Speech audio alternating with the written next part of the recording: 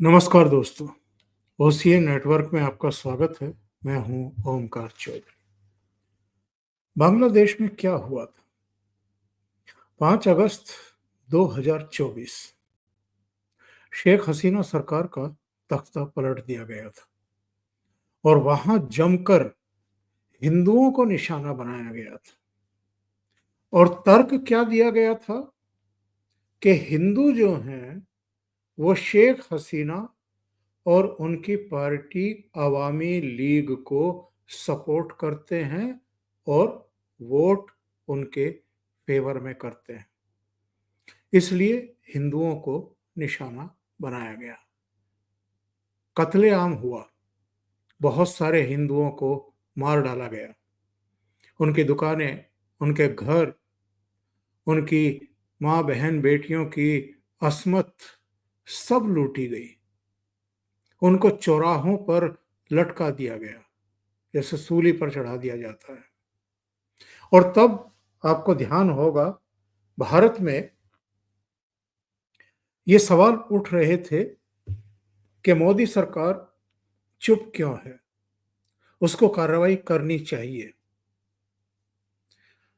मोदी सरकार पर सवाल तब भी उठे थे जब बांग्लादेश में, जो हमारा पड़ोसी देश है, जो 1947 तक भारत का हिस्सा हुआ करता था और 1971 तक पूर्वी पाकिस्तान कहलाता था, और उसके बाद जो घटनाक्रम हुआ 1971 में, फिर ये बांग्लादेश के रूप में अस्तित्व में आया। शुरू के कुछ वर्षों को छोड़ दें तो वहां पर भारत के खिलाफ साजिशें रची जाती रही।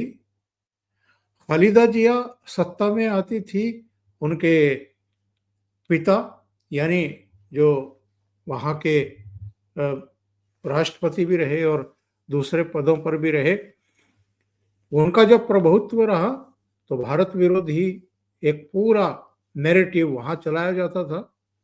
और जब शेख मुजीबुर रहमान की बेटी सत्ता में रही, तब जो एक सही सकारात्मक सहयोग और सोच भारत के प्रति भी और बांग्लादेश के नागरिकों के प्रति भी।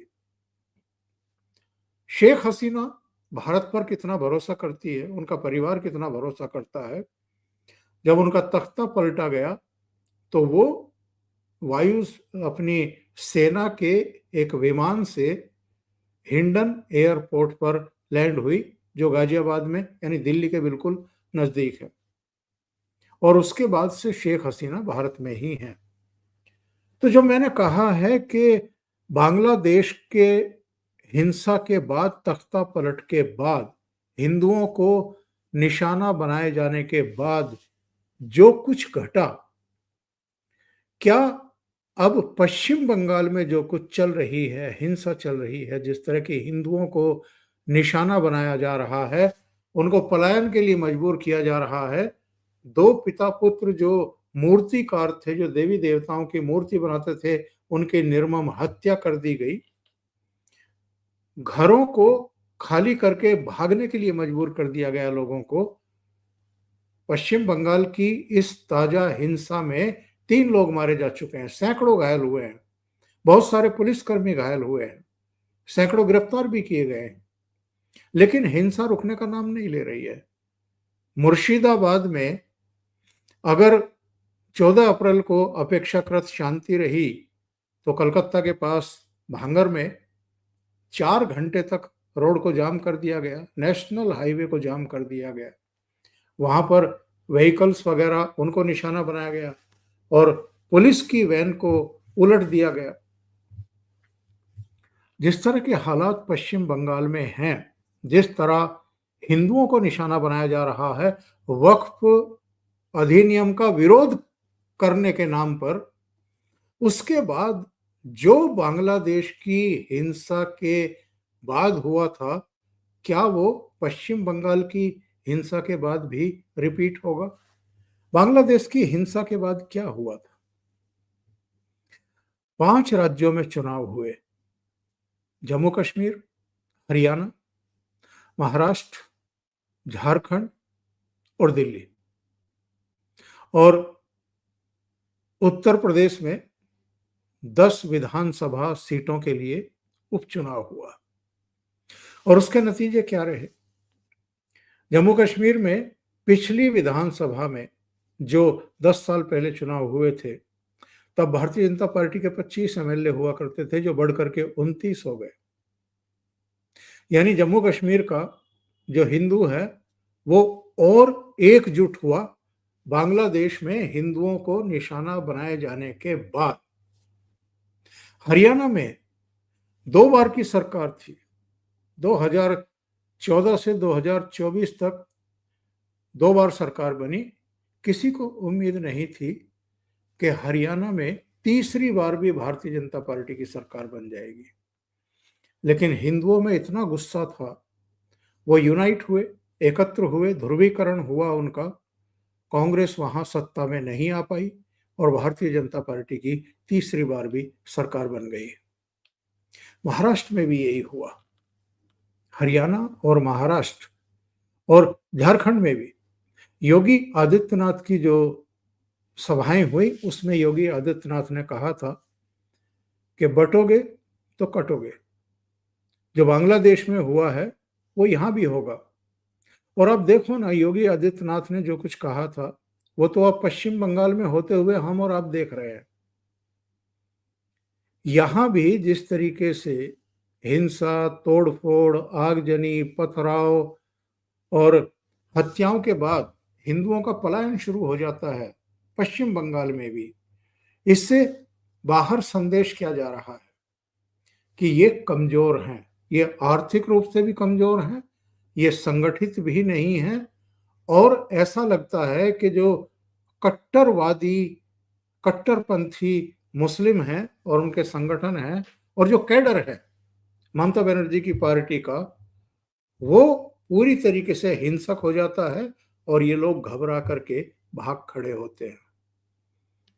सवाल निश्चित रूप से केंद्र सरकार से भी पूछे जाते हैं और पूछे जाने चाहिए, क्योंकि 356 या 355 का अगर संविधान में प्रावधान है तो ये जो बार बार पश्चिम बंगाल में हिंसा होती है, लोगों को घर छोड़ने के लिए मजबूर कर दिया जाता है, आखिर केंद्र किस समय का इंतजार कर रहा है? कभी ना कभी तो आपको सख्ती दिखानी पड़ेगी। और अब ये सवाल पूछे जाने लगे हैं कि राष्ट्रपति शासन क्यों नहीं। और कभी कभी तो ये जरूरी हो जाता है किसी को सबक सिखाने के लिए, शिक्षा देने के लिए और बाकी को चेतावनी देने के लिए भी, कि अगर आप संविधान की भावना के अनुरूप काम नहीं करेंगे, अगर आप लोगों की जान माल की रक्षा नहीं करेंगे, अगर अराजकता को नहीं रोकेंगे और कानून व्यवस्था को हाथ में लेने वालों को कटघरे में खड़ा करके उनको उनके अंजाम तक नहीं पहुंचाएंगे, तो फिर आपको सत्ता में बने रहने का कोई अधिकार नहीं है। तो 5 राज्यों में जो चुनाव हुए थे बांग्लादेश की हिंसा के बाद, भारत के हिंदुओं पर भी अंतरराष्ट्रीय स्तर पर जो भी घटनाएं होती हैं उनका साफ साफ असर होता है। यहां भारत में अलग अलग राज्यों में लोगों को लगता है कि अगर बांग्लादेश में हिंदुओं को टारगेट बनाया जा रहा है, अगर पाकिस्तान में टारगेट किया जा रहा है, उनके मंदिरों को तोड़ा जा रहा है, उनकी बेटियों के अपहरण किए जा रहे हैं, धर्म परिवर्तन किया जा रहा है, उनसे जबरन निकाह किए जा रहे हैं, उनके रेप किए जा रहे हैं, तो वो लोग भी भारत की तरफ ही भागते हैं। और ये देख करके भारत की तरफ भागते हैं कि यहाँ उनको सुरक्षा और संरक्षण मिल जाएगा, क्योंकि इस समय यहाँ नरेंद्र मोदी के नेतृत्व वाली सरकार है। पश्चिम बंगाल हो, बांग्लादेश हो, पाकिस्तान हो, अफगानिस्तान हो या पड़ोसी नेपाल ही क्यों ना हो, हिंदुओं की एक उम्मीद भारत हमेशा रहा है। जब भारतीय जनता पार्टी की सरकारें नहीं होती हैं तब भी वो लोग भारत आते हैं। लेकिन मोदी सरकार तो इनको नागरिकता देने के लिए, संरक्षण देने के लिए, इनको एक सम्मानित नागरिक बनाने के लिए सीएए कानून लेकर के आई थी। उसके बारे में भी तमाम तरह की अफवाह और झूठ बोले गए थे। भारत के मुसलमानों को डराया गया था क्योंकि उनके वोट लेने होते हैं, उनका ध्रुवीकरण करना होता है। उनमें एक दहशत का संचार करते हैं ये लोग, भयभीत करते हैं ताकि वो यूनाइट रहें इनके पीछे। तो कहा गया कि मुसलमानों की नागरिकता छीन ली जाएगी इस कानून के द्वारा। आज तक नहीं छीनी गई। इसी तरीके से वक्फ संशोधन एक्ट के बारे में भी तमाम तरह की अफवाहें यहाँ उड़ाई गई, लोगों को भड़काया गया, उनको सड़कों पर लाया गया। ट्रकों में, बसों में और दूसरे व्हीकल्स में भर कर के सड़कों पर उतारा गया, कलकत्ता की और मुर्शिदाबाद और कुछ दूसरी जगहों की। और उसी का नतीजा है कि पश्चिम बंगाल सुलग रहा है। तो जो 5 राज्यों के चुनाव हुए, उनमें हिंदू इसलिए यूनाइट हुआ कि एकता का प्रदर्शन दिखाना बहुत ज़रूरी है, एकजुट होना बहुत ज़रूरी है और उसके पास कोई दूसरा विकल्प है नहीं कि वो भारतीय जनता पार्टी को और प्रधानमंत्री नरेंद्र मोदी को ही मजबूत करे, सुदृढ़ करे, उनको ताकत दे। तो 3 राज्यों में, 5 में से 3 राज्यों में अभी तक भारतीय जनता पार्टी की सरकारें बनी हैं। तो सवाल ये पूछा जा रहा है कि पश्चिम बंगाल में जो हिंदुओं को टारगेट किया गया है, हिंसा का शिकार बनाया गया है, उनको पलायन के लिए मजबूर किया गया है, तो अभी निकट भविष्य में बिहार में चुनाव होने जा रहा है। जिस तरीके से बांग्लादेश की हिंदू विरोधी हिंसा का हमें हरियाणा में, महाराष्ट्र में और दिल्ली में नतीजा देखने को मिला था, क्या उस तरह का नतीजा हमें बिहार में भी देखने को मिलेगा? यानी बिहार के हिंदू भी एकजुट होंगे? जो कुछ पश्चिम बंगाल में इस समय चल रहा है, उसके वशीभूत होकर के या उसका एक प्रभाव बिहार में भी देखने को मिलेगा? बिहार पश्चिम बंगाल से बिल्कुल सटा हुआ है, लगा हुआ है। दूसरी बात जो इस समय की जा रही है, जिसकी चर्चा है कि क्या केंद्र सरकार पश्चिम बंगाल में राष्ट्रपति शासन इम्पोज कर सकती है? क्योंकि इसको लेकर के कई मौकों पर सवाल खड़े किए गए हैं कि फिर ऐसा कौन सा मंजर देखना चाहते हो कि उसके बाद आप राष्ट्रपति शासन लगाओगे? लोगों को लहूलुहान किया जा रहा है, मारा पीटा जा रहा है, हत्याएं की जा रही हैं, पलायन के लिए मजबूर किया जा रहा है, घर बार छोड़ने के लिए मजबूर किया जा रहा है, बार बार ये हो रहा है। और ममता बनर्जी इस बात के लिए क्रिटिसाइज की जा रही हैं कि वो लोगों को सुरक्षा और संरक्षा नहीं दे पा रही हैं। अब सवाल ये उठता है कि साहब, भारतीय जनता पार्टी के 240 एमपी हैं, एनडीए के कुल मिलाकर के 293, और अभी वक्फ संशोधन अधिनियम जब पास किया गया तो उसके पक्ष में भी 288 वोट पड़े हैं। आराम से उसको लोकसभा में भी पारित कर लिया गया और राज्यसभा में भी पारित कर लिया गया। तो लोग पूछ रहे हैं कि क्या अगर वक्फ अधिनियम जैसा कानून मोदी सरकार 240 अपने एमपी होते हुए भी पारित करा सकती है और लागू कर सकती है देश में, तो राष्ट्रपति शासन की पुष्टि भी करा सकती है। जब रात को 2 बजे दोनों सदनों में मणिपुर में राष्ट्रपति शासन लगाने की वो पुष्टि करा सकती है, तो पश्चिम बंगाल में भी करा सकती है। ये बात अलग है कि हो हल्ला कुछ ज्यादा होगा, लेकिन करा तो सकती है। तो ये सवाल भी पूछा जा रहा है और शुवेंदु अधिकारी ने जो बयान दिए हैं कि यहाँ की जो पुलिस है वो ममता बनर्जी की पार्टी का ही कैडर है और वो जब हिंदुओं को निशाना बनाया जाता है तो हाथ पर हाथ रख करके खड़ी रहती है।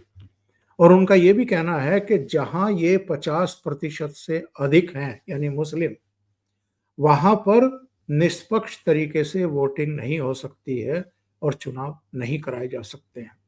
उनका तो कहना है कि राष्ट्रपति शासन के तहत ही न्यूट्रल फोर्सेस के साए में, देख रेख में पश्चिम बंगाल में चुनाव होने चाहिए। तो क्या कोई इस तरह की थिंकिंग चल रही है, सोच चल रही है कि राष्ट्रपति शासन लगाया जाए, उसकी पुष्टि करा ली जाए, और पुष्टि नहीं होती है तो फिर उसके बाद चुनाव का ऐलान करवाया जाए, जो भी हो। लेकिन एक इस समय इस पर भी चर्चाएं बहुत तेजी से चल निकली हैं। अभी के लिए इतना ही। बहुत बहुत धन्यवाद। अगर आपको ये चैनल और इसके कंटेंट पसंद आ रहे हैं तो लाइक करें, कमेंट करें, वीडियो को शेयर भी करें। अभी तक अगर आपने ये चैनल सब्सक्राइब नहीं किया है तो सब्सक्राइब कर लें। साथ में लगे बेल आइकॉन को दबाना ना भूलें, ताकि आगे आने वाले वीडियो और उनके नोटिफिकेशन आप तक पहुंचते रहें।